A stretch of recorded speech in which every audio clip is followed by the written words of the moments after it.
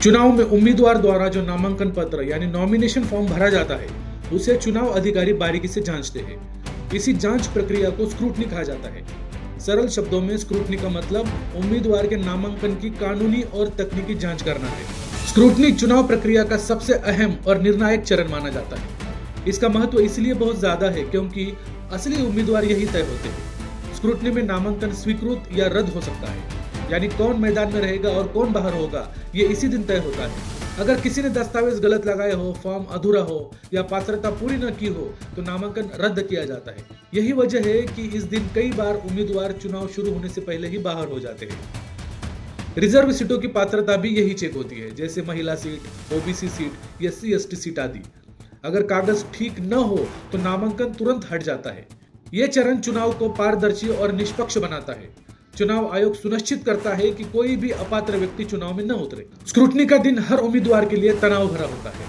अगर नामांकन रद्द हुआ तो पूरा चुनाव खत्म, इसलिए उम्मीदवार और उनका पूरा पैनल चिंतित रहते हैं।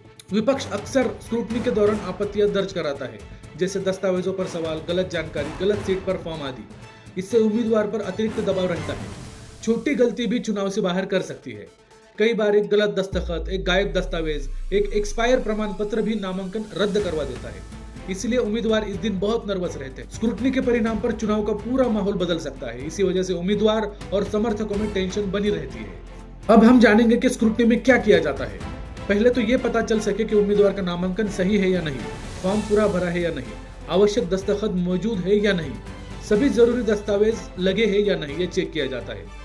उम्मीदवार की पात्रता यानी एलिजिबिलिटी चेक करने के लिए, जैसे उम्र 21 साल से ज्यादा है या नहीं, कोई कानूनी अयोग्यता तो नहीं, अपराधों से संबंधित प्रतिबंध तो नहीं, सरकारी नौकरी में होने पर जरूरी NOC दी गई है या नहीं, ये चेक किया जाता है। झूठे या अधूरे नामांकन को रिजेक्ट करने के लिए भी ये स्क्रूटनी की जाती है। अगर कोई व्यक्ति सिर्फ माहौल बनाने के लिए फॉर्म भर दे लेकिन पात्र ही ना हो तो वह स्क्रूटनी में नामांकन रद्द किया जाता है।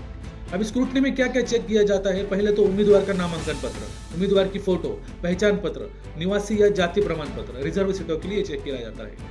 ऑब्जेक्शन यानी आपत्तियां अगर किसी ने लगाई हो तो वो भी चेक की जाती है। जमा की गई फीस या डिपॉजिट भी चेक किया जाता है, यानी प्रपोजर के हस्ताक्षर है या नहीं उसमें ये भी चेक किया जाता है। और अंत में क्या होता है, पूरी स्क्रूटनी के बाद वो नामांकन स्वीकृत यानी एक्सेप्ट होता है या फिर रिजेक्ट होता है। असली मुकाबला अब तय होता है कि कौन कौन अंतिम दौड़ में रहेगा। उम्मीद है कि आपको ये जानकारी पसंद आई होगी। अगर हाँ तो इस वीडियो को लाइक करें और चैनल को सब्सक्राइब करें और इस वीडियो को ज्यादा से ज्यादा लोगों तक शेयर करें। शुक्रिया।